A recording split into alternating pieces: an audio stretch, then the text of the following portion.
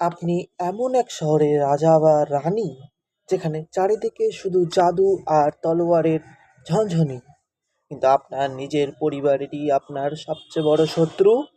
বন্ধুকে আর শত্রুকে সেটা বোঝাই যেখানে দায়। আজ আমরা এমন এক জাদুর দুনিয়ায় হারাবো যেখানে আগুনের তৈরি চীন আর মানুষের লড়াই তুঙ্গে। আপনি কি তৈরি সিটি অফ ব্রোস এর রহস্যই ডুব দিতে? চলো, আজকে এসে গেছি আবার একটা নতুন ভিডিও, একটা নতুন বই, একটা মানে এমন এই বইটা অনেক কম লোকে শুনে থাকবে, মানে হয়তো ইউটিউবে নেই, এমন হতে পারে, দেখিনি। একটা অসাধারণ বই নিয়ে আমরা একটা আলোচনা করব। এটা একটা গল্পের বই। এটা কোনো সেলফ হেল্প বুক না বা ওইসব না। একটা গল্প, যেটা আমরা একটু ছোট করে বর্ণনা করব। কারণ দেখো, আমরা জীবনে গল্প-টল্প এখন খুব কম পড়া হয়। কিন্তু আমাদের পড়া উচিত, বুঝা উচিত। সেইটা আমরা একটু ধারণা দেব আপনাদের। স্বাগত সবাইকে। আজ আমি আপনাদের শোনাবো এক অসাধারণ ফ্যান্টাস্টিক মহাকাব্যের গল্প। বইটির নাম দ্য কিংডম অফ কপার। লিখেছেন বিখ্যাত লেখিকা S.A. চক্রবর্তী। হ্যাঁ, বাঙালি। এটি তার দেবথ্রেলিয়ের দ্বিতীয় বই। প্রথম part the city of brass যদি আপনাদের ভালো লেগে থাকে, তবে পার্টটি আপনাদের মাথা নষ্ট করে দেবে।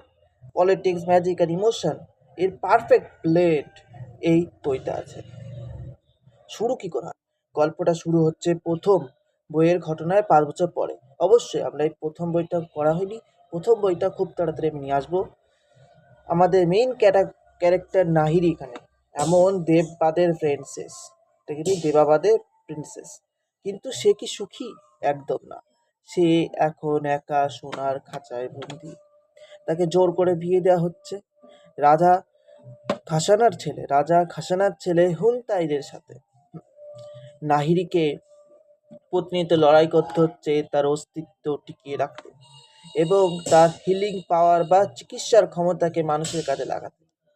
আজ একদিকে নির্বাচিত প্রিন্স আলী মরুভূমিতে এক লড়াই করছে বেঁচে থাকার জন্য।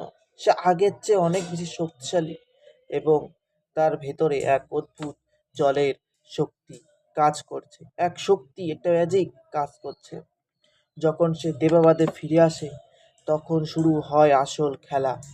কি আসল খেলা শুরু হয়? শহরের ভেতরে শুরু হয়েছে গৃহযুদ্ধ। জিনদের বিভিন্ন গোত্রের মধ্যে পুরনো শত্রুতা আবার মাথাচাড়া দিয়ে ওঠে। এর মাঝে নাহিরি চেষ্টা করছে শহরটাকে ধ্বংসের হাত থেকে বাঁচাতে। আমাদের নাহিরি। এবার দেখো, এটা খুবই একটা ছোট একটা গল্প, ঠিক আছে? আমরা দেখতে দেখতে, মানে একদম ছোট হালকা করে বর্ণনা করছি, দেখতে দেখতে একদম শেষের পর্যায়ে আমরা চলে এসেছি। এই গল্পটার এই সে এই গল্পের প্রাণ কে? নাহিরি একজন সাধারণ চোর। যে চোর থেকে সে এমন দেববাদের সবচেয়ে শক্তিশালী হিলার তৈরি হয়। সে খুব বুদ্ধিমান এবং সে জানে কিভাবে প্রতিকূল পরিস্থিতিতে সারভাইভ করতে হয়। আলী আলী একজন আশাবাদী বা আদর্শবাদী যোদ্ধা। সে তার পরিবারের ভুলগুলো শুধরে দিতে চায়, কিন্তু বারবার সে রাজনীতির প্যাচে পড়ে যায়।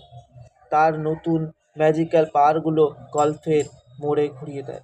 মানে কিছু কিছু শক্তি আছে যেগুলো আমরা ভেঙে যায়, সেগুলো করতে পারে না। আরেকটা ক্যারেক্টার সে তারা, এক রহস্যময় এবং শক্তিশালী জিন যোদ্ধা। তার অতীত এবং তার ফিরে আসা এই বইয়ের সব থেকে বড় চমক। সে কি ভিলেন নাকি পরিস্থিতির শিকার, এটাই দেখার বিষয়।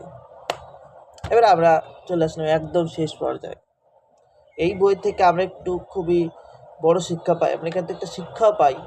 শক্তি বা পাওয়ার যেমন মানুষকে গড়তে পারে, তেমনি ধ্বংস করতে পারে। এছাড়া লেখক দেখিয়েছেন যে নিজের পরিচয় বা আইডেন্টিটি খুঁজে পাওয়া কতটা জরুরি।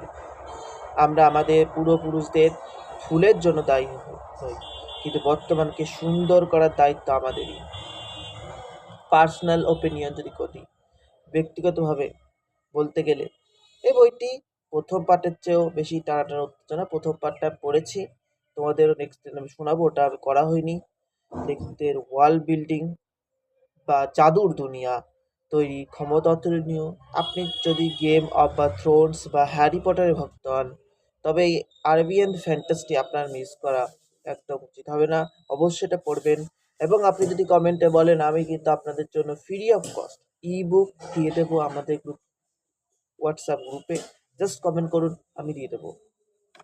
তবে হ্যাঁ, বইটা বেশ বড়, তাই একটু ধৈর্য করতে পড়তে হবে। অলমোস্ট 750 পাতা একটা বই, ঠিক আছে, অনেক বড় বই, তো দামটা তো হবেই। আমি তো এই বুক থেকে পড়েছি, সেজন্য মানে বইটা কত মূল্য সেটা দেখা হয়নি। এই টুইস্টগুলো আপনার বারবার চমক দেবে। এমন এমন কিছু পড়বেন না হঠাৎ করে, যে আপনি বুঝতে পারবেন না যে ভাই কি হলো, এটাতে কি করে এটা সম্ভব হবে, কিন্তু ভালো করে যখন পড়বেন, হ্যাঁ এরকম হতে পারে, মানে দেখেন, হতে পারে কি, এটা তো ম্যাজিক বিষয়, সবই একটুখানি কাল্পনীয় জিনিস। এই বইটা আমি 10-এর মধ্যে 8-9 তো দিয়েই দিতে পারি। আবার সেরকম বলতে গেলে কোনো যোগ করতে না যে আমি তাদের দেবো, কিন্তু হ্যাঁ, একটু তুলনামূলক দিলে ভালো হয়। আমার মতে তো ভালোই খুব বইটা। তাহলে ক্যারেক্টার ডেভেলপমেন্ট এবং পলিটিক্যাল ড্রামা একদম টপ লেভেলের।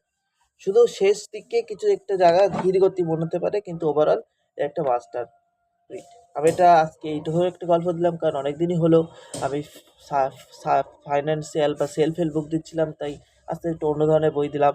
তোমরা একটু দেখো, শোনো এবং বলো। আমি তোমাদের এটা ফ্রি অফ কস্ট আমি দিয়ে দেবো একদম তোমাদের জন্য। জাস্ট কমেন্ট করো, আমাদের কমেন্ট করো এবং আমাদের হোয়াটসঅ্যাপ চ্যানেলে যুক্ত হয়ে যাও। আমি দেখি হোয়াটসঅ্যাপ চ্যানেলটার লিঙ্ক দিয়ে দেবো, যুক্ত হয়ে যাবে।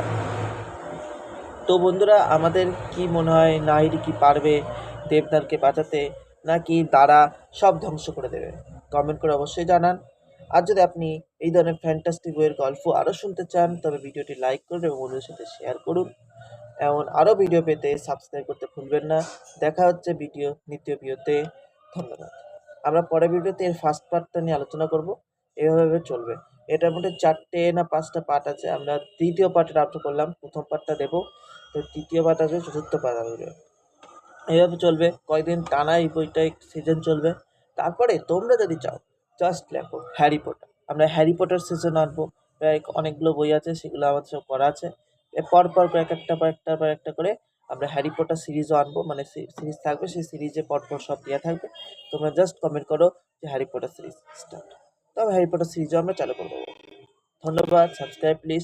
একটু খারাপ লাগবে বা ভালো খারাপ যাই লাগুক বলুন, এবং সাবস্ক্রাইব করতে ভুলবেন না। বুঝতেই পারছেন, নতুন নতুন চেষ্টা করছি আমি আমার বেস্টটা দেওয়ার, এবং আপনাদের এই পড়াশোনার হ্যাবিটটাকে আরও ভালো করে তোলার। ধন্যবাদ।